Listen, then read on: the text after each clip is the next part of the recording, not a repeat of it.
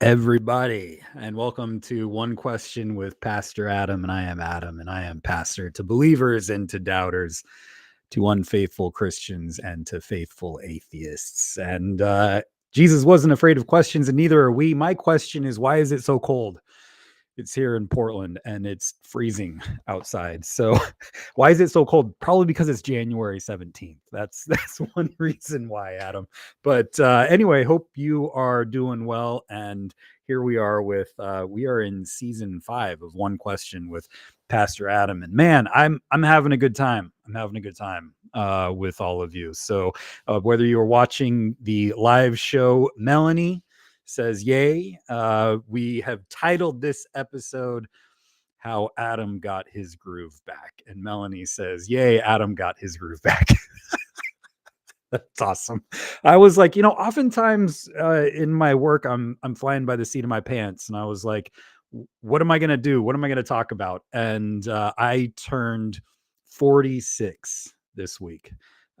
Yes, on January 15th is my birthday. I turned 46. Now, I've had two major reactions, two primary reactions. That's what I should say. Two primary reactions to this. First is when I tell people at the church, the majority of them look at me and say, "Oh, you're such a baby." 46. I don't know. I don't feel like a baby anymore, but oh, you're so young. You're such a baby. So that tells you something about the demographics of our local church here, and it's likely the demographic of most local churches. But anyway, my children, when I tell them that I am 46, they already know that I'm 46, but they remind me that I was born in the 1900s. So funny. 1900s, Dad. You were born in the 1900s. Yeah, when they used to have wagons that were drawn by horses. Yeah, the horses. Yeah, that's when you were born, Dad. Back in the 1900s. Oh, it's so great. So I'm getting it from both ends of the spectrum here. I'm just 46, and it feels kind of good. I think that the most depressing birthday that I had was when I went from 29 to 30, because that was when I was like, okay, I'm no longer a child. I'm an adult. That's what I should say. I'm an adult now that I'm 30. So I remember that year being the most depressing, but now I'm 46, 16 years later, and I'm feeling pretty good, I think, about myself. It's been a really rough year. I did lose my groove last year, and I think I'm getting it back. And so that's why we have titled this episode How Adam Got His Groove Back. Whoops, that was not groovy right there. I just laughed, and if you're watching the live show, you saw a little spittle on my beard. So that was not groovy. So we'll just wipe that off. So if you're listening to the podcast, you're lucky you didn't see that. So Sharon, good to see you. You too, Sharon. Yeah, you were born in the 1900s. Yeah. Okay. Melanie was also born in the wagon era too. My kids are funny. My kids are pretty funny. So Sharon, thank you for the happy birthdays. Yeah, and Melanie says, "Oof, you're old." Thank you, Melanie. Yes, that's what my children say too. So it's good. But I was noticing this last week or two that my cheeks are sore, and I'm like, why are my cheeks sore? And I think it's because I'm smiling so much. So why am I doing, like, I'm not intentionally smiling. I'm just like what's going on with me when my cheeks are sore? This happened last year. I had a major life change last year that was needing to happen for probably a couple of years, and it was really difficult and hard, and also freeing. And so my cheeks were sore after that event, and because I was smiling so much, because it was freeing, and just like a weight had lifted off my shoulders. I felt so light. But then as the year went on, I things changed inside of me and I got super depressed and I lost my groove. I stopped posting on social media as much as I used to. And there was something wrong with me. I was going to therapy. I was taking my vitamins, doing all the things, but there was something that was just not right inside my soul. And I think I figured out something of what it was. And it may sound so simple to you. Um, but to me, it was this, it's kind of been a spiritual discipline. And I'm just going to tell you what it is. I'm celebrating the small things in life. And this may sound like obvious to you, but it has changed everything for me and it has made me so much happier. My cheeks are sore again, and that's awesome. I'm laughing so much more. So I used to do this with myself and with others, and then I got out of the habit. Um, but it looks like this. It looks like there was a time when I had a hard time getting out of bed, which was really different for me. It told me that this is not who I am. You know how like there are some people who just have a really hard time getting out of bed because they're not morning people? I am the opposite of that. I am a morning person. And I hope you still like me after you hear that from me. But I wake up in the morning and my body is like, "Okay, Adam, you got to get stuff done because you have about from 6:30 till noon when this is like your prime time for getting stuff done." Well, I, in this like deep depression that I had a hard time getting out of bed. I didn't want to get out of bed. I didn't want to face the day. And so that just led me into this change of this pattern of who I am and who I've always been. And so I started getting back into this mode of celebrating the small things in life like they were a big deal. And getting out of bed in the morning was like, this is a big deal, Adam. Like, you can do this. And it was worth celebrating. I would put my shoes on in the morning and it would just be this moment of celebration. Whenever I would like think, okay, I can exercise today, I'd put on my running shoes and I would say, good job, Adam. Good job. A little pat on the back, self pat on the back. This is the self talk that I used to do quite much more easily. And then I got out of the habit because depression hit me hard. And now I'm starting to get it back. And celebrating just lacing up the shoes, celebrating getting out of bed in the morning. I have friends that are doing things, and I think this is key to friendship. And maybe I think this is key to relationships, like close, intimate relationships, right? Like, how can you celebrate one another? Like, not just on birthdays. Like, yeah, that's great. Like on the big days, right? The things that everybody is here to celebrate for, right? But how do you celebrate other things in life? Like, I'm a pastor, and so every Sunday I have to, well, I shouldn't say I have to. I get to deliver a sermon. That's a win, right? Like, when you do your job, that's a win.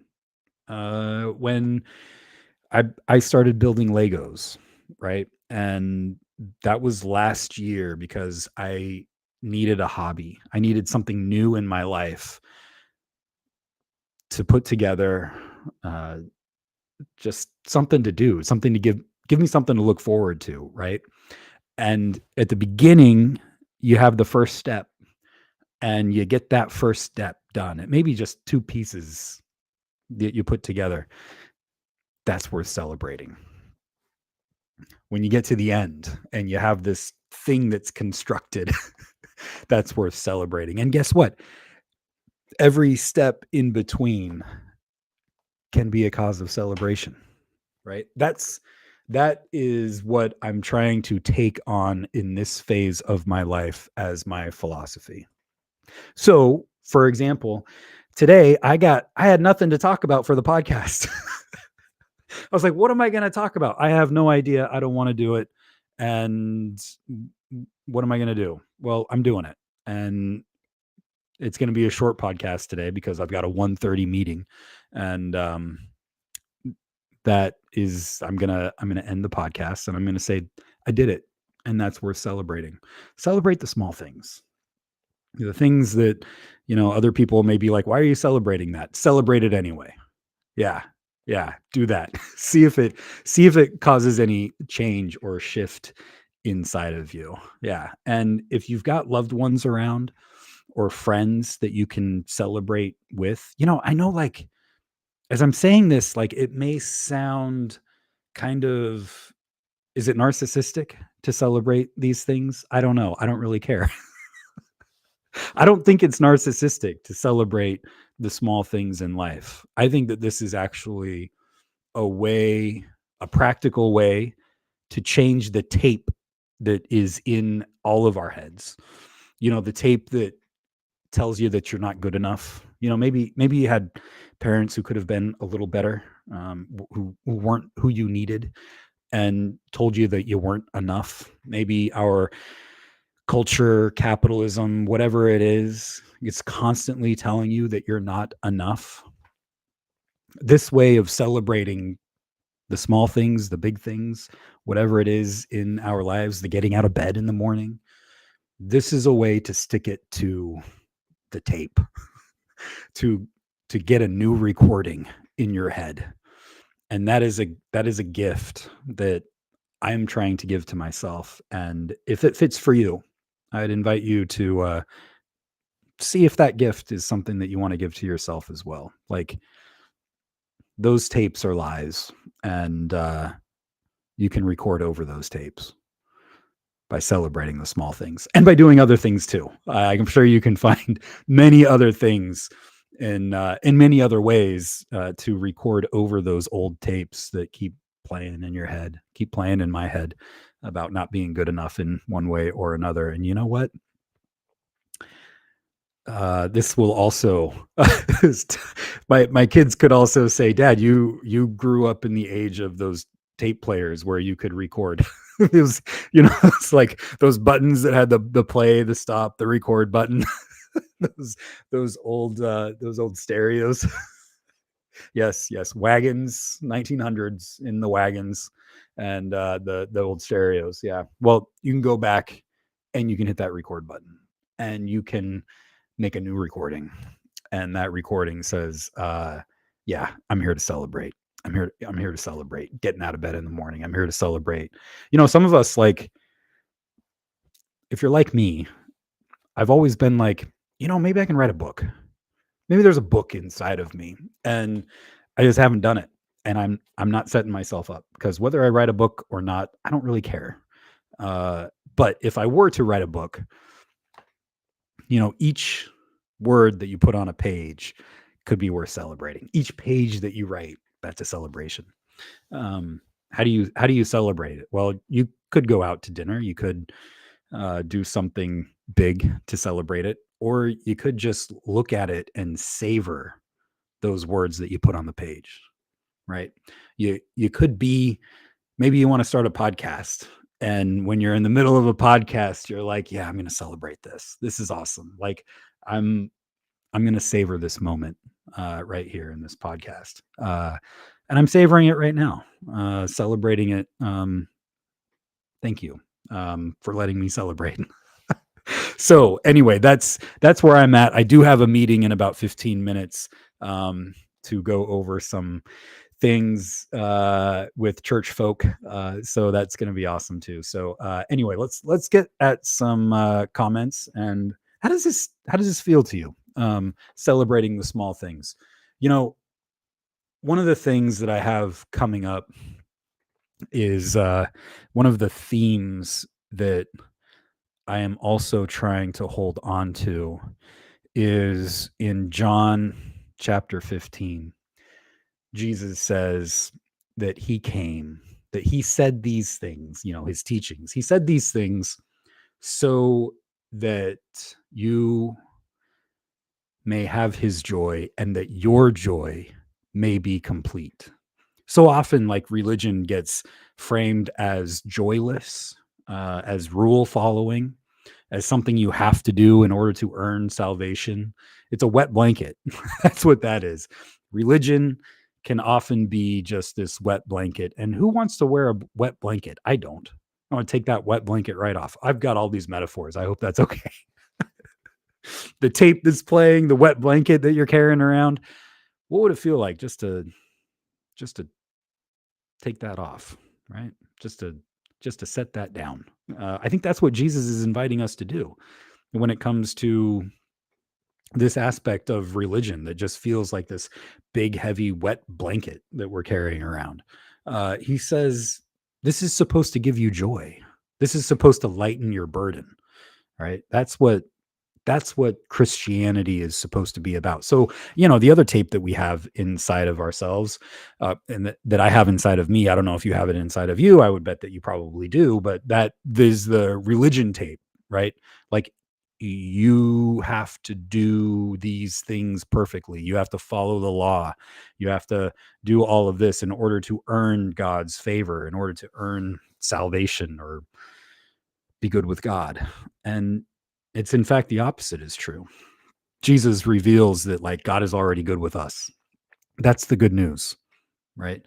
God is already good with you. You don't have to do anything.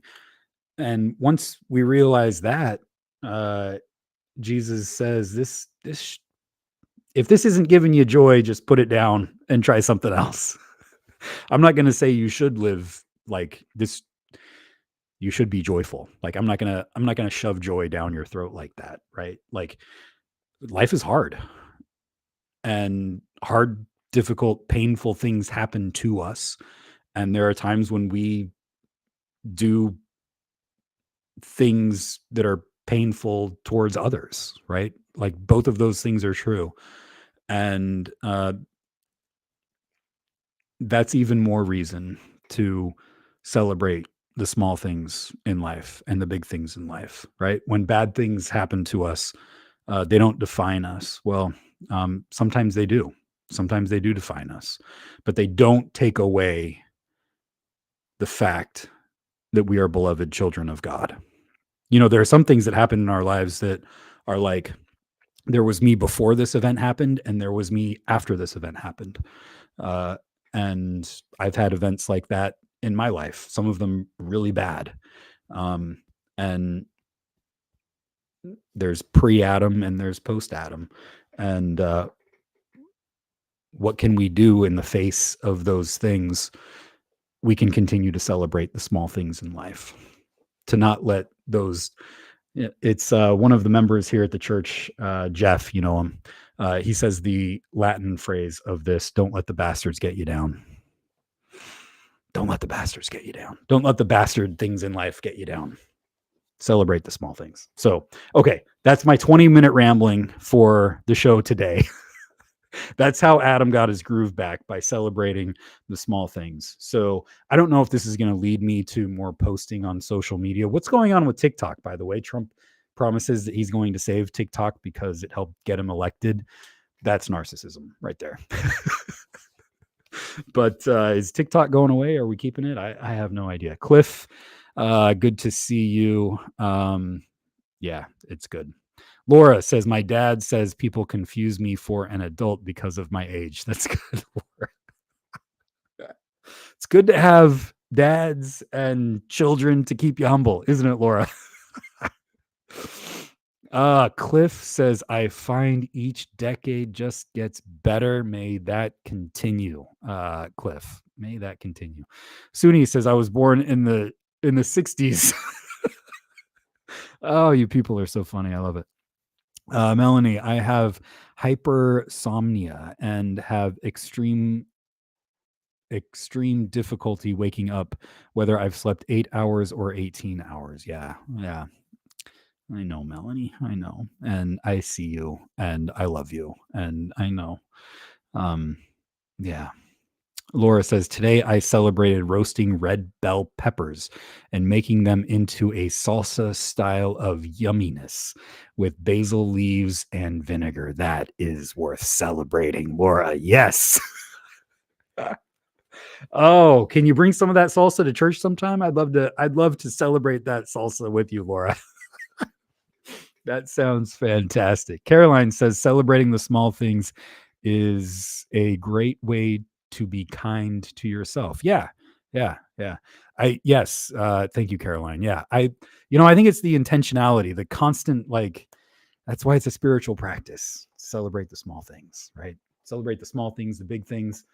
And I used to try to do this with this like I was getting at friendship earlier, and I really think that like friendship, relationships, intimate partnerships, like one thing to one thing to help solidify them, nurture them is to celebrate these moments. Like you find a friend who something good happens in their lives. And how can you find ways to celebrate that, to acknowledge it, to say, I'm proud of you, uh, and to help them celebrate, to celebrate with them? Because that can be difficult to do because sometimes, I don't know if this has ever happened to you, never happened to me. Sometimes you can get envious of good things that happen in other people's lives, right? And you don't want to celebrate it because dang it, that should have happened in my life. That can make celebrating other people's victories difficult. And when that happens, I've tried to be able to notice it inside of myself. And once you notice it, there's a much better job of being able to control it and to move beyond it, that kind of envy, and come to the point of, yeah, great work. Let's celebrate. Can I take you to lunch? Can I take you to dinner? Can we just take a moment and savor the success that you had? I think that's a big deal in our personal lives and in our relationships. But yeah, always watch out for that envy. Yeah. Melanie says, I have to celebrate the small things because I struggle to get anything but small things done on a daily basis. But that's totally valid. Melanie, I celebrate with you getting the small things done. Melanie, I know it's hard to get out of bed, this hyper insomnia. And I'm celebrating you, Melanie, getting out of bed. Mm. Let's see, where are we? Princess, greetings to you, my friend. David Massey. Good to see you, David. Blessings to you. Blessings to you.